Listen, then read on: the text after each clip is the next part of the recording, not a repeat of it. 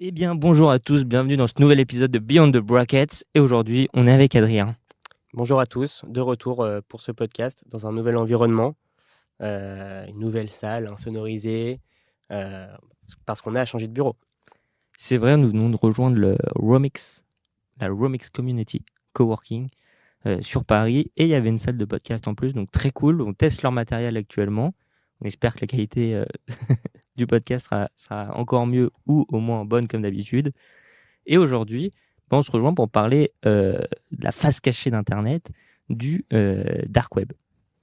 C'est vrai, beaucoup de spéculations autour du dark web, beaucoup de personnes qui ne savent pas vraiment ce que c'est, euh, pourquoi c'est utilisé. Alors on a un peu les bases souvent, mais on va essayer un peu de décrypter un peu tout ça dans ce podcast, de voir ce qui peut être intéressant de parler autour du dark web, surtout un peu dans le milieu de la technologie. Donc voilà. On va surtout parler des dangers qui rôdent autour du dark web et de la sécurité. Bien sûr. Et on l'a vu encore très récemment, mais on va revenir là-dessus au fur et à mesure du podcast. Ok. Ouais, est-ce que du coup tu peux commencer par nous présenter un peu ce qu'est le dark web? Oui, tout à fait. C'est bien de le définir dès le début, comme ça tout le monde est à la page. Donc le dark web ou le darknet, c'est un réseau informatique superposé à Internet. Ça vit en parallèle d'Internet. Ça permet une communication anonyme et sécurisée entre ses utilisateurs. Et il est appelé ainsi parce que il va être caché des moteurs de recherche. C'est pas en passant par Google qu'on va se retrouver sur le dark web sans le vouloir. Et il faut utiliser des logiciels spécifiques pour y accéder. Il a un fonctionnement très particulier par rapport à Google ou tous les autres moteurs de recherche ou même l'Internet qu'on connaît. Et il va reposer sur plusieurs techniques. Donc attention, je parlais très technique à ce moment-là en essayant un peu de vulgariser. Donc il y a plusieurs techniques de routage pour y avoir accès, comme le routage Onion, qui est une technique de cryptage qui permet de masquer l'adresse IP de l'utilisateur et ça va permettre de la faire rebondir à travers différents serveurs dans le monde entier. Et ça va rendre l'opération de traçabilité des activités de l'utilisateur très difficile derrière, puisqu'on ne peut pas l'identifier via son adresse IP. Et il y a un autre routage qui s'appelle le routage Garlic. Donc c'est assez drôle, on se retrouve, c'est les blagues du Darknet, on se retrouve dans la cuisine. Et c'est aussi une technique de cryptage qui est utilisée dans certains réseaux Darknet ou Dark Web. Et cette technique permet de regrouper plusieurs messages ou données dans une seule gousse, dont le nom Garlic, qui est ensuite crypté et envoyé à travers le réseau pour recevoir le message. Et donc le Darknet, on le sait, c'est souvent associé à des activités illégales telles que le trafic de drogue, la vente d'armes. On vous le déconseille évidemment et plein d'autres choses. Cependant, il est également utilisé pour des journalistes, des militants politiques et même des lanceurs d'alerte pour communiquer de manière sécurisée et protéger leur vie privée. Donc évidemment, c'est pas Google qui fait ça, comme je vous le disais, et on retrouve quelques acteurs. Est-ce que tu peux nous en dire plus, Adrien? Bien sûr. Alors on retrouve deux acteurs principaux euh, du dark web qui ont des fonctionnements assez différents, des utilisations assez différentes. Je vais un peu vous les détailler. Donc le premier c'est Tor, donc, qui signifie The Onion Router. Donc on revient sur la blague des oignons. Alors il est principalement conçu en fait pour permettre à tous les utilisateurs d'accéder au dark web, mais en ayant un accès au web ordinaire, donc le web qu'on connaît tous. Donc, il permet en fait de dissimuler son identité, comme Loïc l'a défini juste avant, avec des adresses IP qui sont cachées. Et donc, on va pouvoir visiter des sites web tout en étant complètement anonyme. Donc, effectivement, il fonctionne avec le système de routage en oignon. Et donc, voilà, sa caractéristique vraiment principale, c'est son accès au web public. On a vraiment la possibilité d'être à la fois sur les sites classiques qu'on connaît, mais aussi sur des sites qui ne sont pas accessibles. Et c'est le fait de pouvoir accéder à ces deux plateformes dans Tor qui fait que c'est particulier, tout en étant toujours anonyme. Euh, la deuxième plateforme, c'est I2P, donc Invisible Internet Project. Et la différence majeure, c'est que dans ce cas, par rapport à Tor, on accède à un trafic qui est interne et également anonyme. Donc cette fois-ci, on ne va pas accéder au web classique qu'on connaît tous. On va plutôt être dans une utilisation fermée où chaque utilisateur va parler avec un autre utilisateur. Donc pour celui-ci, évidemment, il y a des avantages qui sont tout autres. On va pouvoir communiquer, par exemple, Comme Loïc prenait l'exemple des militants ou bien des journalistes, on va pouvoir communiquer d'une manière complètement sécurisée et anonyme, sans risquer de se faire détecter. Donc les deux, que ce soit Tor ou I2P, apportent des fonctionnalités différentes, mais ce qui rassemble ces deux mastodontes niveau dark web, c'est le fait qu'on soit complètement anonyme. Très intéressant, on en apprend beaucoup plus sur ces deux acteurs. C'est quand même assez technique pour y avoir accès, tout le monde ne peut pas le faire. Et du coup, des petits malins, ils y arrivent quand même. C'est très drôle de dire ça. Et ces derniers temps, comme on le disait, on a reçu plusieurs menaces, enfin pas nous personnellement, mais le monde. Si, nous. Non, c'est faux. Le monde a subi quelques attaques. Qu'est-ce qui se passe dernièrement dans le dark web? Qu'est-ce qu'on voit passer? Eh bien, il y a quelques jours, un marché noir qui est présent sur le dark web a en fait décidé d'arnaquer un peu ses utilisateurs. On se doute bien que ce genre de personnes qui montent des sites sur le dark web ne sont pas toujours bienveillants envers leurs utilisateurs.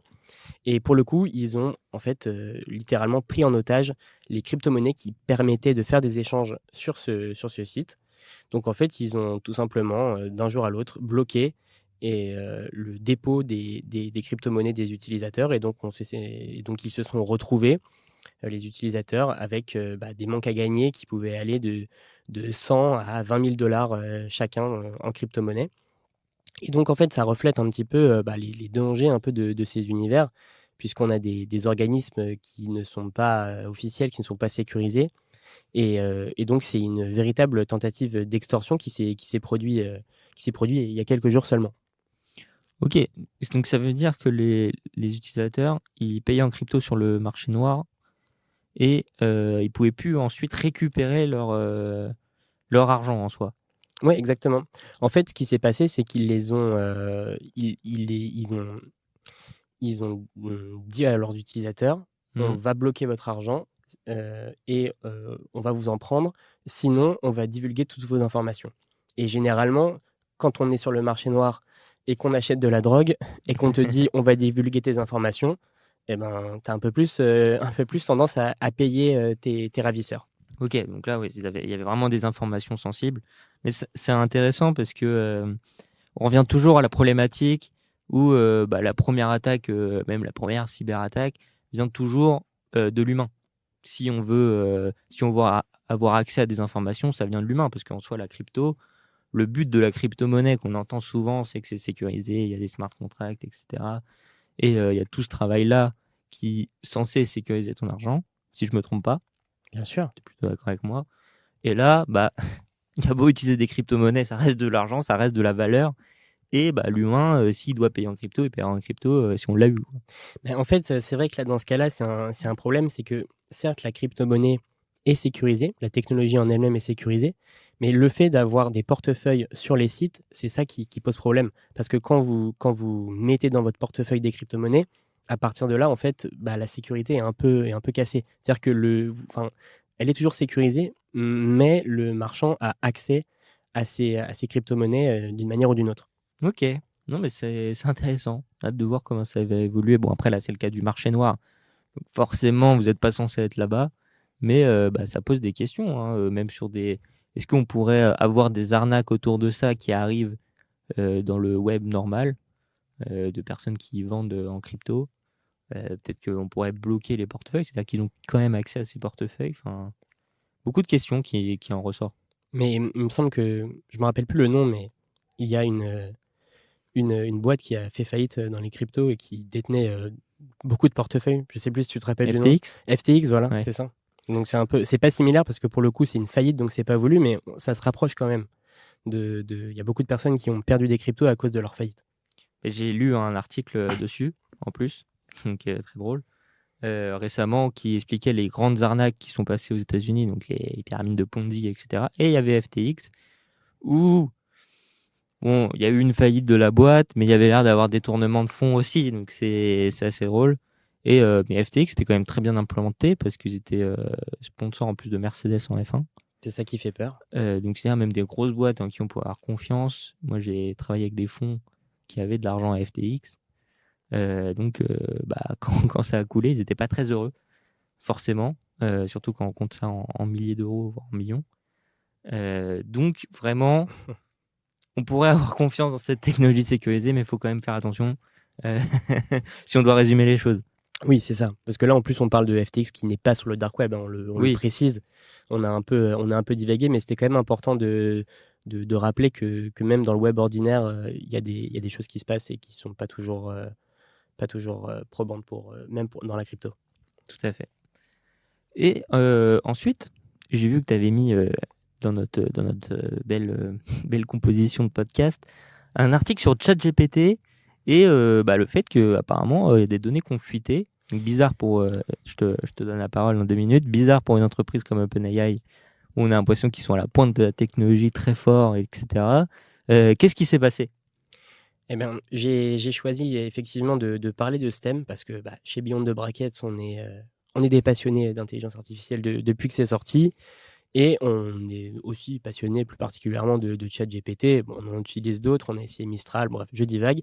Mais ChatGPT en juillet dernier, donc ça fait déjà un bout de temps, donc c'était presque à ses débuts, a été victime de piratage.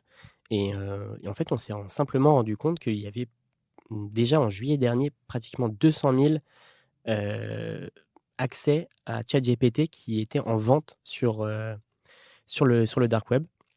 Donc simplement, au lieu de payer l'abonnement ChatGPT, vous allez sur le dark web. J'ai l'impression que je dis ça comme si c'était le truc le plus ordinaire de l'histoire. Vous allez sur le dark web et puis vous payez votre accès ChatGPT beaucoup moins cher.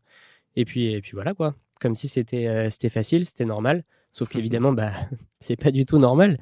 Quand même, on est face à une entreprise énorme qui a mis en place une technologie de pointe. Et en fait, on se rend compte que même ces entreprises se lancent et quelques mois plus tard, elles se font hacker et leurs accès sont déjà en ligne sur le dark web. C'est quand même assez fou parce que l'abonnement, il n'est pas si cher que ça en vrai. Je pense plus que ça retourne d'un débat dans la communauté développeur, enfin des devs, de l'open source. De mémoire, ChatGPT, ils étaient open source au début, où c'était un projet open source qui s'est transformé en entreprise avec les fonds, etc. Mais je n'aurais pas dire de bêtises. Et ça pourrait expliquer le fait que forcément, pour un projet open source aussi gros que ChatGPT, derrière, il faut des fonds pour payer tout le monde, etc.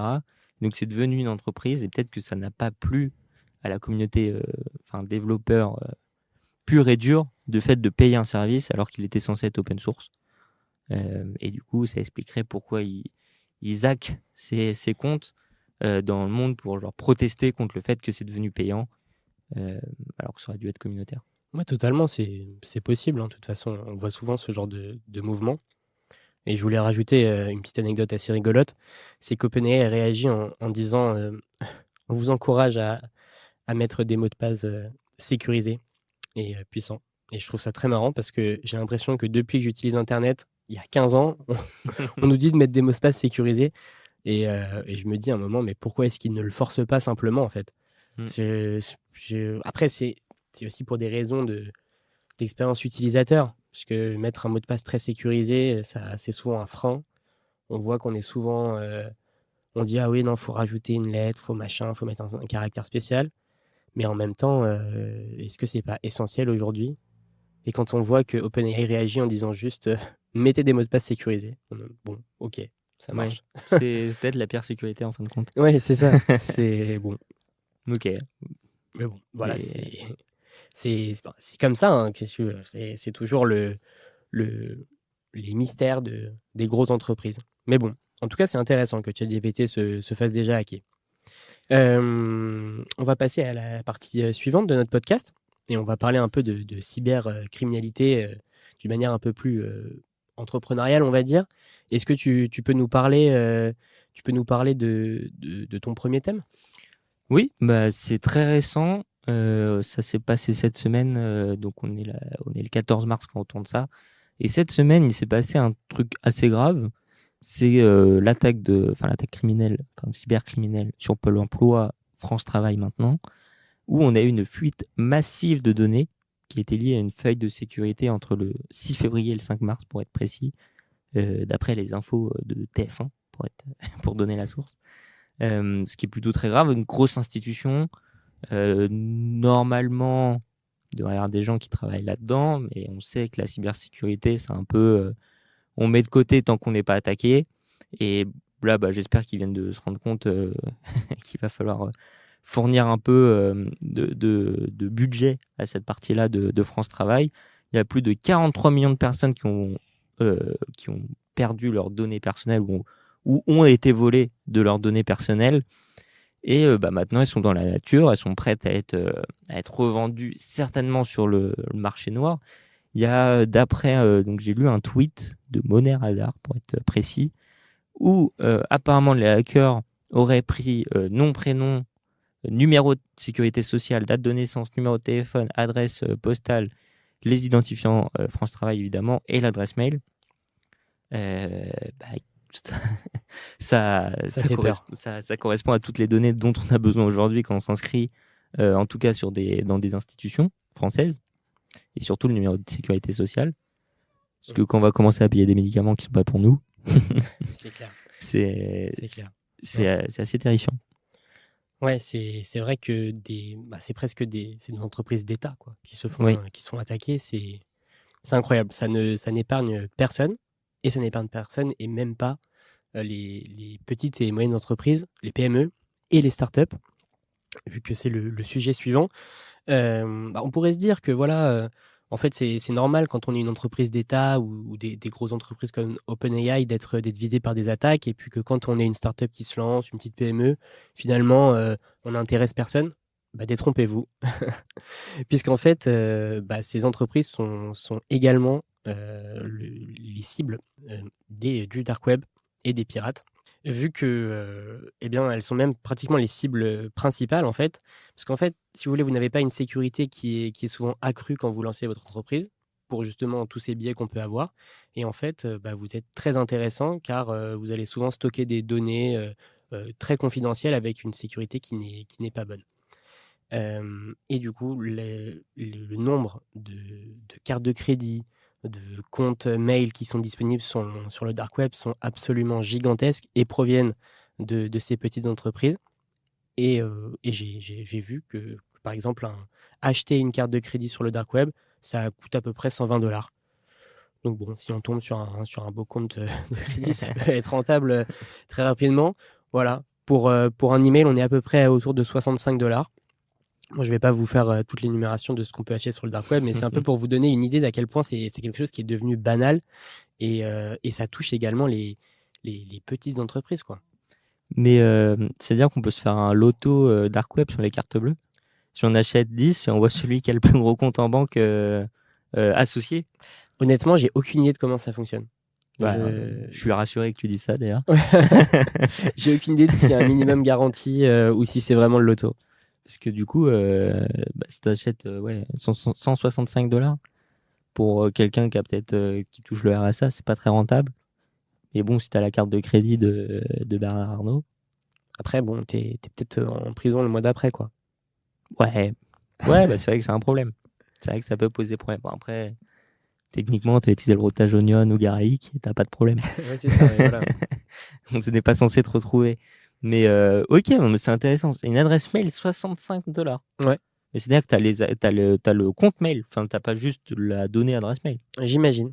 Parce que bon, sinon, je vais scraper tous les mails LinkedIn et je les revends sur le dark web. Et du coup, je suis riche. Le dis pas trop fort quand même, parce que je suis pas sûr que ce soit. Je pense que ça sert à rien d'avoir les adresses mail. Je pense que c'est mieux d'avoir les adresses mail avec les mots de passe pour avoir accès au compte. C'est clair. Et du coup, envoyer des mails. Après, moi, j'y suis pour rien. Si la police m'écoute.